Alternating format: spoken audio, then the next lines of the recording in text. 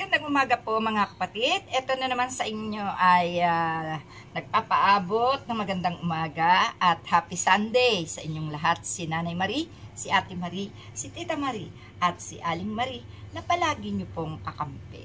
Okay, ako po ay muling nakarinig ng mga paliwanag at gustong ipaabot ni Attorney Respicio sa mga taga-Comelec.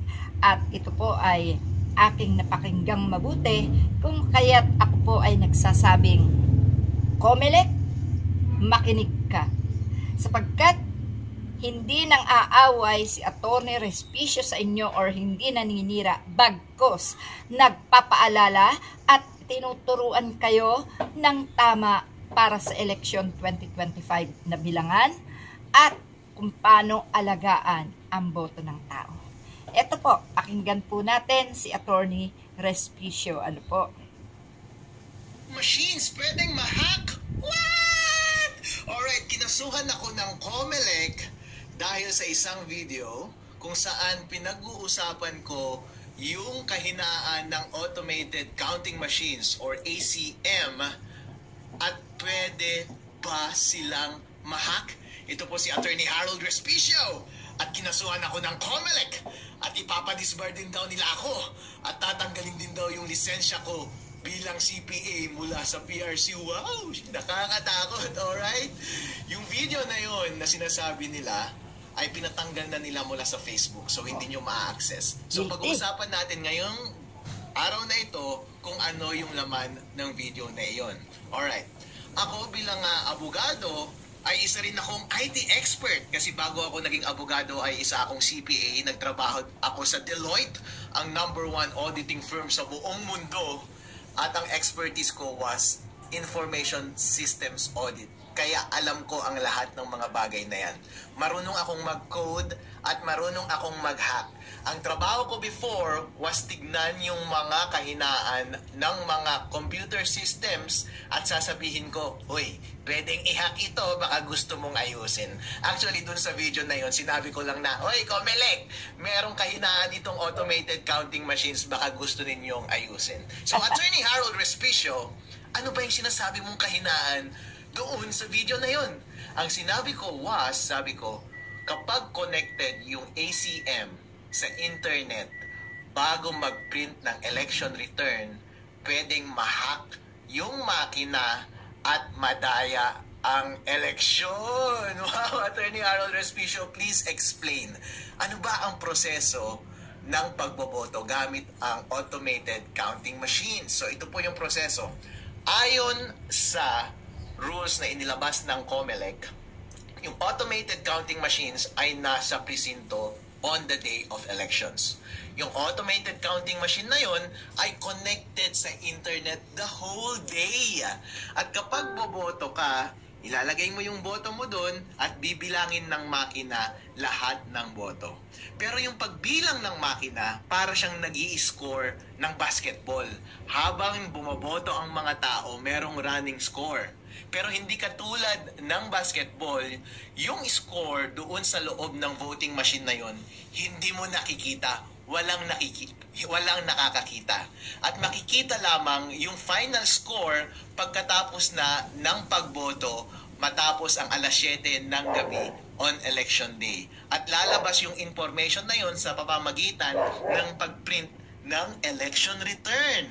Tapos yung makina, ipapadala niya yung result sa servers ng Comelec at yun yung official na returns ng election. Ang concern ko was kapag konektado sa internet yung makina bago mag-print ng election return at corrupted yung source code ng makina, pwedeng ma-hack ng isang hacker yung makina at dadayain yung lalabas na final score doon sa election returns at madadaya yung resulta ng eleksyon. Yun po ang puntos ko doon sa video na iyon. So, Attorney Harold Respicio, bakit pwede bang mabago yung source code ng isang makina?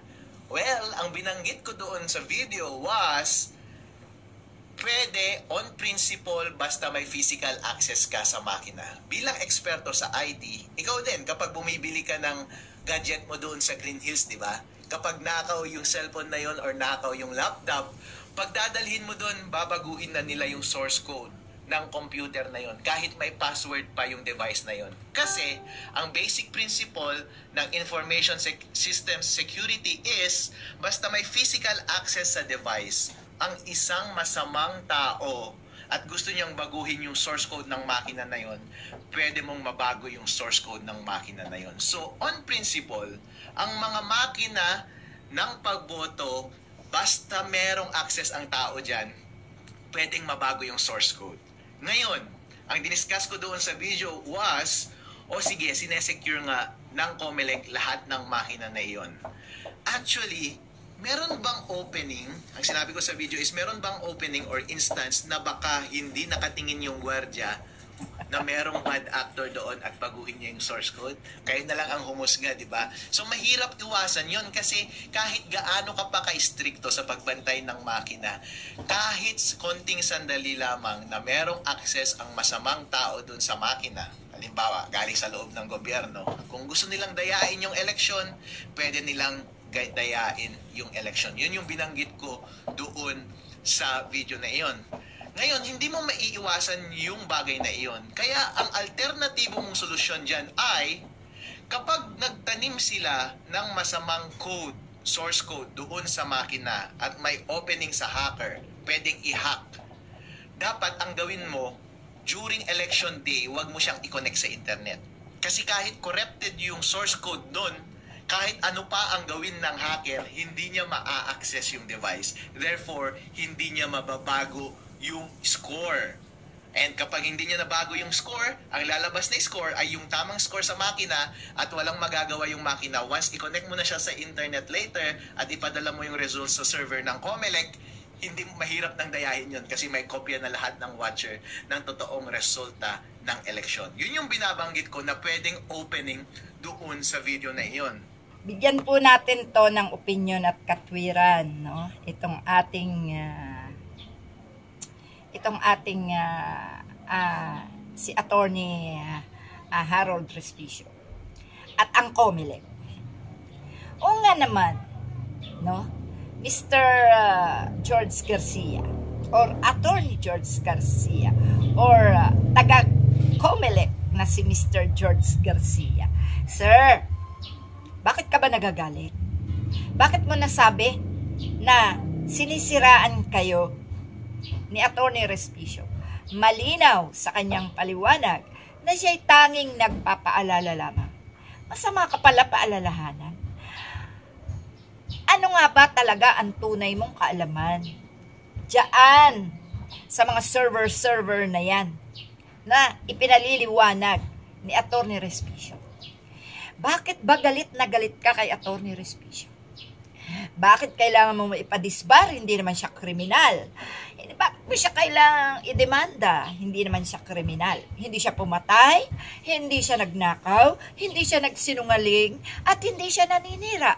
Sapagkat malinaw na ikaw ay pinapaalalahanan lamang. Tama ang sinabi niya na baka ito na ang una at huli mo sa COMELEC kung ikaw ay magpapatuloy sa ginagawa mong pamimersonal sa mga taong nagsasabi ng katotohanan. Obvious, halatang halata ka, Mr. George Garcia, na ikaw ay guilty, na ikaw ay may plano, na ikaw ay hindi gagawa na maganda sa boto ng mamamayang Pilipino. Tama na, Mr. Garcia, tama na. Dahil dyan, sa lintek na botohan na yan, sa lintek na bilangan na yan, na maling-mali naman ang lumalabas na resulta, gamitin mo ang mga mata mo, gamitin mo ang mga tenga mo na nagsasabi ang mamamayang Pilipino na kapag niloko pa ngayon ang boto, hindi na nila alam ang gagawin sa'yo. Alam mo, Mr. George Garcia, hindi bulag ang tao, hindi bingi ang tao.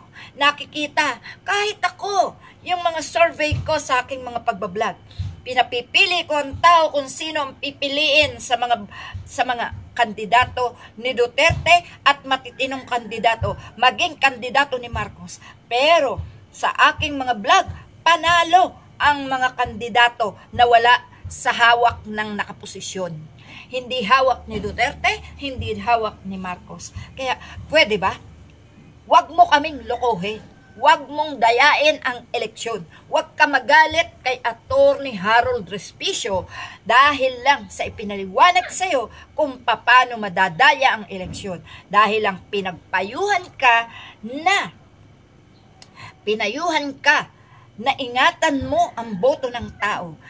Ngayon, ang ginawa mo, masahol ka pa sa nakaraang administrasyon kay Marcos at kay Duterte na lahat ay ginagawang tanga ang mamamayang Pilipino at ginagawang dahilan para ipakulong at idemanda ang isang tao kahit ito'y nagsasabi ng katotohanan.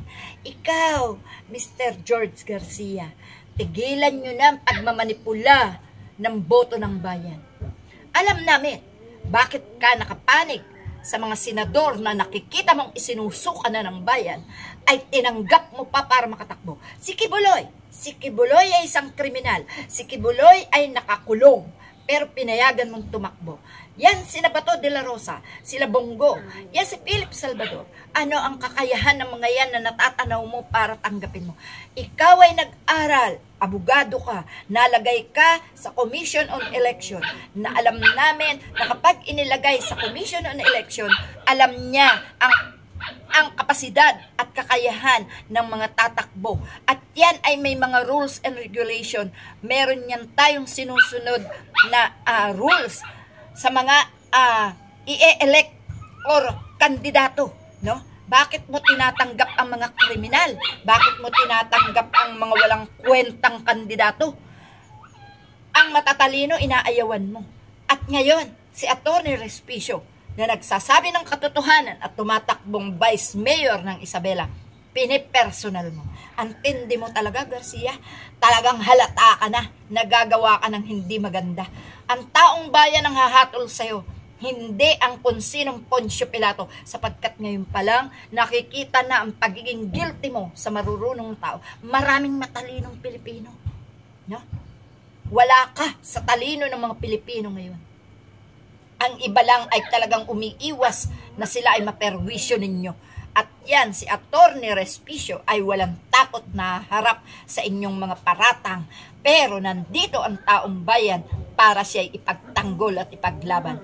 Ikaw, Mr. George Garcia, hanggang ngayon ka na lang siguro 2025 mauupo dyan. Sapagkat kapag niloko mo ang boto ng bayan, no, ngayon 2025, sigurado tatalsik ka sa pwesto mo. Kaya galingan mo, no? Huwag kang mamersonal. Yan lang po mga kapatid. Nagpayo, nagpaalala, hindi na merwisyo, hindi kriminal, hindi gumawa ng anumang anomalya, pero ipinakukulong, piniperwisyo, no?